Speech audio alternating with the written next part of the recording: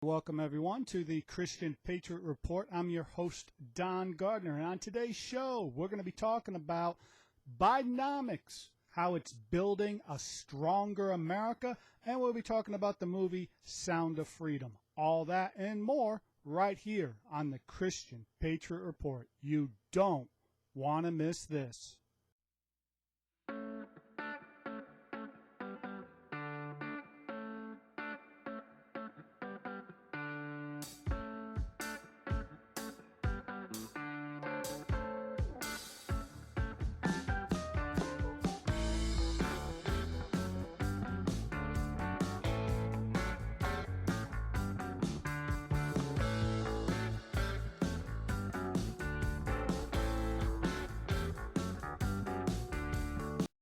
And welcome, everyone, to the Christian Patriot Report. I'm your host, Don Gardner. And did you know that Bidenomics is building a stronger America? Did you know that was happening? Because I didn't. I mean, I've been watching the news. I've been watching the price of gasoline and food prices, and I didn't know. I didn't know that Bidenomics was building a stronger America. I didn't know it because I couldn't feel it. I couldn't see it. And there was really no evidence for me to be able to point to and say, hey, Bidenomics is building a stronger America. But that's not going to stop President Biden from promoting this. Now, some of you might actually be asking, what the heck is Bidenomics? Well, for those of you that don't know what Bidenomics is, check this out. Guess what? Bidenomics is working. Once there was Reaganomics. Now America's current president has an economic doctrine all his own. But what exactly is Bidenomics? The man himself has a definition. First, making smart investments in America. Second, educating and empowering American workers to grow the middle class. And third, promoting competition to lower costs to help small businesses. It's a contrast to the policies of 1980s President Ronald Reagan. He saw tax cuts as the key to wealth creation. To reduce the enormous burden of federal taxation. Instead, Biden wants to tax the wealthy more to fund investment. The economy that grows the economy from the middle out, the bottom up, instead of just the top down. When that happens, everybody does well. He aims to funnel money to priority areas like chip making, clean energy, and electric cars. That's meant to revive manufacturing and put U.S. workers first. Made in America. Made in America. Not a slogan. It's actually happening. So, is it working? It's too early to say for sure. Republican critics point to stubbornly high inflation, and even White House aides say public deficits could get worse before they get better. Biden responds that growth rates lead the developed world and claims huge success on job creation. We created 13.4 million new jobs. More jobs in 2 years than any president has ever made in 2. As for what voters make of it, not much, so far at least. Polls show just 35% of Americans approve of Biden's economic policies. Their final verdict could come at next year's presidential election. So now that we know what Bidenomics is, do you feel like things are better now because of Bidenomics? Because I don't. And there was a point in that video where he says, we are going to build a stronger America by building from the center out and the bottom up. That type of economy. He's basically taken a shot at what's been deemed Reaganomics. When Ronald Reagan was president of the United States back in the 80s, he had an economic plan. And what he really did is he just cut taxes. Now, Biden, back then, when he was a senator back then, he would have said that was trickle-down economy. Well, I don't know about you, but it worked. It built a stronger America. But I'm going to give Biden the benefit of the doubt because in that video you saw where he talked about building a stronger economy. Now, let's take a listen to what he was saying from that speech. Let's see if we can understand what exactly is Biden trying to do, and is he really building a stronger America? Maybe he is. Check this out. Dick said, with his help, we created 13.4 million new jobs.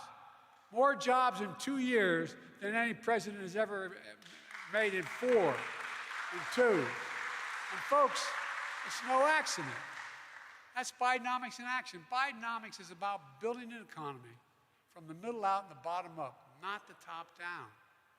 And there are 3 fundamental changes that we decided to make with the help of the Congress. We've been able to do it. First, making smart investments in America. Second, educating and empowering American workers to grow the middle class. And third, promoting competition to lower costs to help small businesses. So now we have listened to President Biden, and he says that he has created more jobs in 2 years than most presidents have made in 4. There's only one little problem about that you Democrats who actually believe that, here's the problem. All those jobs, they were the ones that, you remember when COVID hit back in 2020 and President Trump shut down the economy? All those jobs went away in 2020. They returned in 2021. So all those jobs, all the jobs that he created were jobs that were already created. So I'm sorry, Mr. President. Sorry, President Biden. You haven't created anything because all those jobs were already there. You haven't created anything new. And by simply having people come back to work after COVID, that's not creating anything. But you know what? President Biden and the Biden administration got some very bad news. Because for those of you who actually believe that things are getting better, if things were getting better, this wouldn't be happening. We're spending too much, we're borrowing too much, and there is no agreement on how to fix a growing financial mess. That's why America's just been downgraded. It happened under Obama, it's happened again now under Biden. The main reason is wild spending that brings an explosion of debt. It's what happened under Obama, it's what's happening again now. When you are $32 trillion in debt, you should not be planning trillions more in future spending and borrowing. This is a blow to President Biden. It damages his economic message for the election. His team was quick to respond. Treasury Secretary Yellen called the downgrade merely arbitrary. Karine Jean-Pierre blamed extremism by Republican officials. Senate Leader Schumer blamed the reckless brinkmanship of House Republicans. And Democrat Richard Neal says the Republican Party is wholly responsible. Okay. There is another reason for the downgrade, apart from spending and debt. Erosion of governance. That is our inability to agree on spending and debt. Brinkmanship at budget time every year. That doesn't instill confidence in the future. The downgrade is actually a warning. If we keep expanding our debt, and that's exactly what we're doing, there will be at some point a debt crisis. Lenders become reluctant to lend. They demand higher interest rates to compensate for the extra risk. We go into recession. That means more debt, and the downward cycle accelerates. This is really serious stuff. So as you can see there, Fitch has downgraded America, the United States. Our credit has been downgraded from a AAA to I think it's AA now. So basically, if you want to compare this to baseball, well, America has just been demoted to AA. And that is what Bidenomics is creating. Does that sound like we're on the road to prosperity? No, we're not. And I know that you can't blame President Biden for all the spending that has happened. But he has contributed, at least in the past 2 years, to this downgrade. And we can blame Bidenomics, which, if you notice, Biden has been around when he actually does start doing campaigns. He has those big billboards in the back that says Bidenomics. He's promoting Bidenomics because, honestly, if you take a look at President Biden's record, he has nothing that he can honestly run on. Name one thing that is working. Because if you want to know how Bidenomics is doing in America, all you have to do is either go get gas or go buy groceries. You will notice that the price has gone up. And the prices continue to go up because of inflation. And Bidenomics has done nothing to address that. So Biden is going to try to spread his lies, how he created more jobs in 2 years than any other president. But you shouldn't believe it. He'll say how inflation is, well, really nothing to be taken serious, but until you realize that what inflation is a tax on the poor. When your dollar has less and less buying power, that's a tax on you, the American people. The thing that I can't understand is for those of you that still think that under President Biden and his policies, America is stronger now than ever, and more stronger than President Trump's. I don't believe that there's any of you out there that actually believe that. Because if you honestly believe it, President Biden's approval rating would be a lot better than what it is. It's in the 30s. Sure, he may be 39, 38%, but that's bad for a president who wants to get reelected.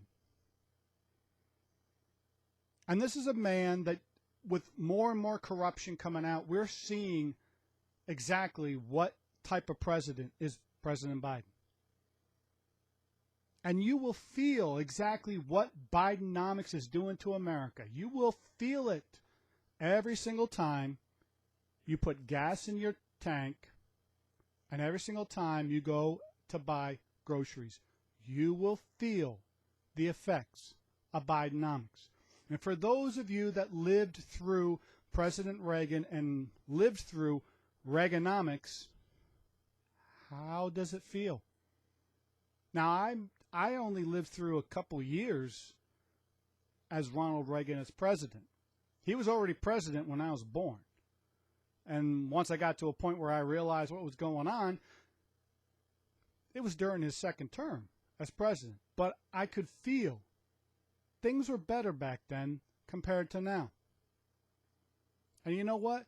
For those of you, I'm pretty sure that if you thought back to the time of President Trump, things were better then than they were now. So is Bidenomics building a stronger America? The answer is no. Or should I say, oh, hell no. Because it's not. And you can feel it every single time you go to put gas in your tank in order to go to work, or every single time you go to buy groceries in order to feed your family, or every single time you go, if you're a homeowner, you go to pay the electric bill or the gas bill. You will notice how it's going up every single month. And I hope you remember that.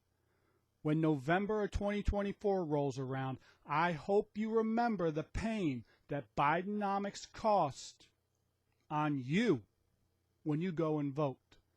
And I hope that those of you that truly don't ever want to feel like this again, don't ever vote for a radical leftist like President Biden. And with that, we'll be right back after this.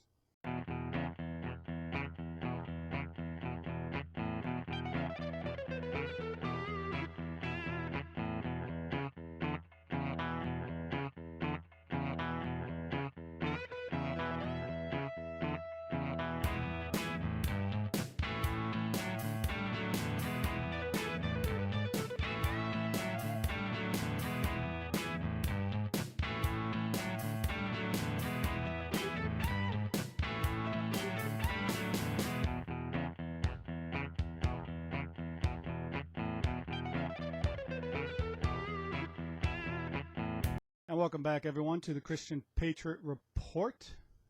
And I want to ask you guys a question. Did you guys get to see the new Joe Biden, or should I say President Biden's campaign video? You know, that video where I guess he's selling coffee mugs on his website. Did you see that video? If you haven't, check this out. The most cringe-worthy campaign video that I've ever seen. Makes me not want to drink coffee, and I'm a coffee lover. I love drinking coffee, but after seeing this video, I would never want to drink coffee again. Check this out.